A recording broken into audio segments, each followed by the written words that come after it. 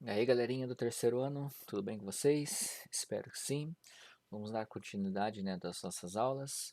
Hoje a gente vai falar um pouquinho, né, sobre a origem do cinema e também do jazz, né? E então, ó, nascimento do cinema. Em 1887, Thomas Edison inventou o cinetoscópio, uma caixa na qual, por meio de um orifício, era possível observar com uma lupa imagens animadas. Havia, porém, um problema. Apenas um observador por vez podia visualizar as imagens em movimento. Quando essa invenção chegou à França em 1894, Antoine Lumière, pintor, fotógrafo e homem de negócios francês, visualizou possibilidades comerciais para ela, solicitando aos filhos Auguste e Louis Lumière um estúdio para a projeção das imagens em uma tela grande, em que várias pessoas e não apenas um único espectador pudessem visualizá-la. Assim surgiu o cinematógrafo. Então, ó, Thomas Edison, né, criou o cinetoscópio, né, que se conseguia ver ali imagens em movimentos, só que uma pessoa só conseguia ver, né, que tinha ali um orifício, você olhava por esse orifício, então só uma pessoa poderia assistir essas imagens em movimento. Daí quando essa invenção chegou na França, né, o Lumière ficou interessado e pediu para os filhos, né, criarem, né, uma, um jeito ali de projetar isso, né, em algum outro lugar, numa tela, para, né, ele viu ali uma oportunidade de negócio, né, que era um homem de negócio, né, e com isso ele acabou, né, surgindo aí com isso o cinematógrafo, né, que, né, já projetava essas imagens. Aí a gente tem uma foto, né, de como é o cinematógrafo e um exemplo de um cartaz, né, dessa desses filmes, né?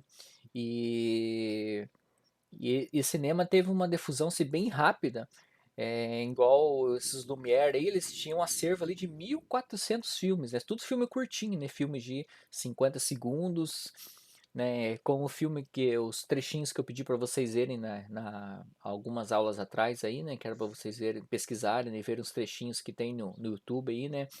Das funcionários saindo da fábrica, do trem chegando na estação, até quando esse trem aí foi exibido pela primeira vez, tem pessoas que saíram correndo da sala onde estava sendo exibido porque acharam que o trem estava saindo, né? Vinham em cima deles de verdade. Então, até foi uma coisa até engraçada, né, que aconteceu. E, e nesse trechinho aí dos funcionários saindo da fábrica, a gente consegue ver como que é, né, essa composição aí do cinema. Você consegue ver que são fotografias, né, que vão tirando foto de cada movimento e conforme vai acelerando essa passagem das fotografias, que vai formando, né, o vídeo. Então, se você pegar aí um filme de cinema mais antigo, né, que era numa lata redonda, né, essa lata são vários negativos, igual o negativo de uma câmera fotográfica antiga também são vários negativos. Então, quando acelera numa certa sequência, numa velocidade, acaba se juntando essas imagens que dá a formação do vídeo, né? E hoje em dia também tanto nessa parte digital também são várias imagens, né? Tanto um filmador digital, né? Quando vai filmar no celular também são quadros e quadros que vão formando, né? A imagem. É, e tudo isso, né, numa criação de um jogo também, né, um vídeo, né, tudo isso também tem essa parte é, são fotografias em sequência.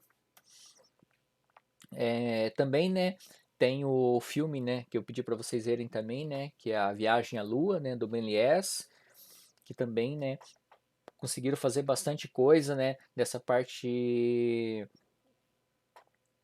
de criação, né, antigo ali, começaram a ter ideias de som, né, porque no começo todos esses filmes eram mudos. Alguns filmes eram apresentados assim, passava o filme, ficava uma orquestra debaixo, né, da tela do filme tocando as músicas do filme. Então, o cinema foi evoluindo nisso, né, nessa criação, né, até ter o som, até ter cores. E uma coisa característica das primeiras cinemas a terem cores, os responsáveis pelo filme, eles pegavam esses negativos, pintavam à mão, é, cada partinha ali do negativo para poder criar esse filme colorido. Então, no começo, né, essa era uma coisa assim bem trabalhosa, né, bem difícil, né, que hoje em dia facilita. Um exemplo dessa dificuldade, né, e também uma coisa assim bem interessante da nossa cidade, né, é o filme do Bom Jesus, né, do padroeiro aqui da cidade. Esse filme foi o primeiro filme colorido do Paraná, né, pra você ter uma ideia, né, Oscar Campos, né, o primeiro filme colorido do Paraná. E uma coisa que era difícil, eles filmavam, eles mandavam essa filmagem para a Itália para ser revelado lá essa filmagem, depois voltava aqui para eles poderem ver como é que ficou o resultado. Às vezes alguma cena ou outra não ficava bom, eles tinham que refilmar, mandava para lá e pensa no trabalho. Hoje em dia não, hoje em dia é muito mais fácil, né? Fazer esse tipo de trabalho. Outra coisa característica também do cinema que característica praticamente todos os filmes foi chamado de pirâmide de Freytag. O que é essa pirâmide de Freytag? Os momentos do filme. Por exemplo, tem exposição. No começo do filme vai contar uma história ali para dar início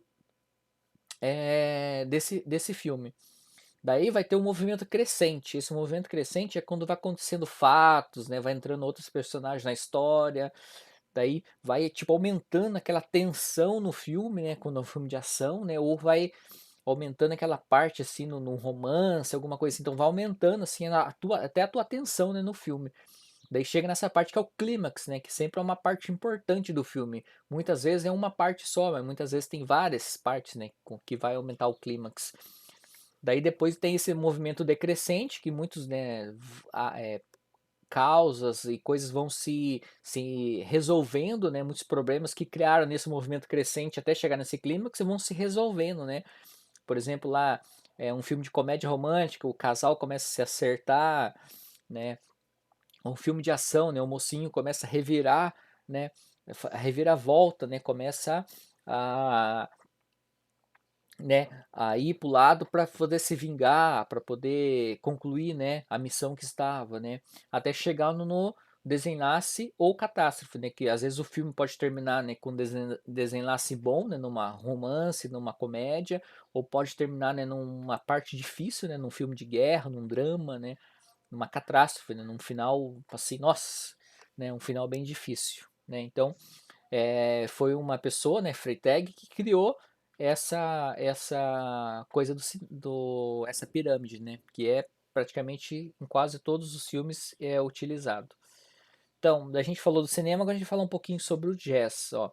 Uma música cheia de improvisos do jazz, ó. Primeiro estilo musical autenticamente estadunidense, a ganhar repercussão internacional. O jazz foi criado no sul dos Estados Unidos, nos redutos de população negra da cidade de Nova Orleans.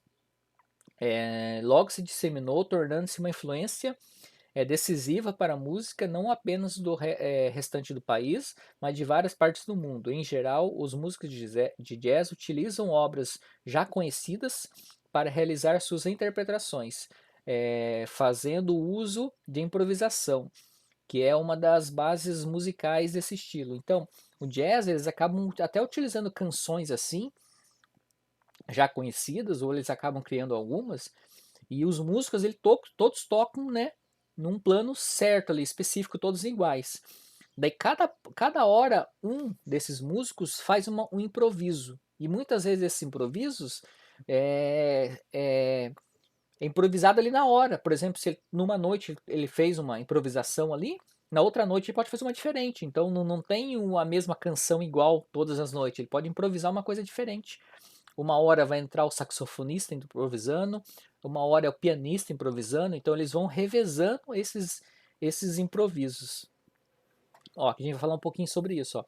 Uma performance de jazz ocorre geralmente da seguinte maneira: inicialmente, a banda toca a melodia inteira da obra sobre uma sólida base rítmica e harmônica, né? no mesmo sentido. Em seguida, os músicos passam a se revezar nos solos, né, improvisando sobre essa base, que é uma espécie de moldura, né, geral da obra e que está implícita nos músicos. Por esse motivo, o jazz é uma arte cuja beleza provém diretamente do momento de sua criação, de performance dos músicos. Então, naquele momento ali, né, muitas vezes são momentos únicos, né? Se não foi gravado, por exemplo, está lá numa apresentação de jazz, se aquilo não foi gravado, né, vai ficar imortalizado na cabeça, né, de quem ouviu, né, viu aquela canção naquela hora, porque muito possivelmente, talvez numa próxima noite, numa próxima apresentação, ele não improvise daquele tipo, né. Aqui tem uma foto, né, de dois grandes, né, que fazem parte, né, do jazz, que é o Miles Davis, né, e o John Coltrane, né. O Miles tocava trompete e o John ele tocava saxofone. São grandes nomes, né, do jazz. É, uma outra coisa também, né, do jazz, que muitos artistas do jazz usam a MPB, nossa, né, nossa música popular brasileira, nas suas composições, nesses solos, né, é muito utilizado. Tom Jobim, muitas coisas assim são utilizadas no jazz, né, americano. E no jazz brasileiro também tem grandes nomes, como a gente pode ver aqui, ó, entre os grandes nomes do jazz brasileiro estão o saxofonista Victor Assis Brasil, o saxofonista, clarinetista e flautista Mauro Sinesi, o violinista Laurindo Almeida e o multi-instrumentista Hermeto Pascoal. Por que multi-instrumentista? Porque ele toca muitos instrumentos e ele também cria instrumento com objetos do cotidiano. Como você pode ver aí na imagem, ele colocou, né, um bico ali de um sax, de um trompete, numa chaleira. Ele está tocando a chaleira. Então ele cria, né, objetos ali instrumentos musicais com objetos do cotidiano, chaleira, panela, tudo coisa que ele acha que pode tirar um som daquilo, ele acaba criando um instrumento, né, musical para fazer essas partes de solo, né, nas suas apresentações musicais. Então, com isso a gente finaliza, né, nossa aula de hoje e até a próxima semana. Tchau, tchau. Abraço.